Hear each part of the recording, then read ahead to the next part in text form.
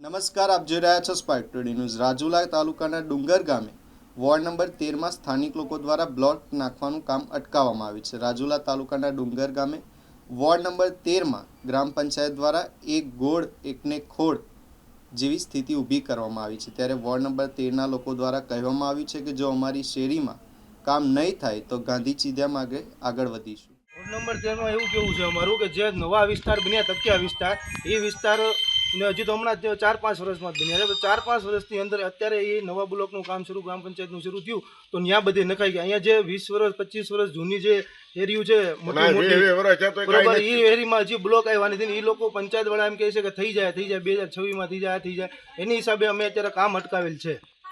તો આ કામ અટકાવવાનું કારણ તો આ કામ થઈ જશે કે કેમ લાગે તમને? કામ અટકાવવાનું કારણ નહીં થાય તો અમે ત્યાંથી કામ આગળ નહીં વધવા દઉં। જે અમારે જે પણ કરવું પડશે એની માટે આંદોલન કરવું પડશે, જે પણ કરવું પડશે અમે કરશું। અમારું કામ આગળ વધશે તો બધી એરિયું પહેલાં થાય ને પછી જ કામ આગળ થાય છે, નકર નહીં હાલે।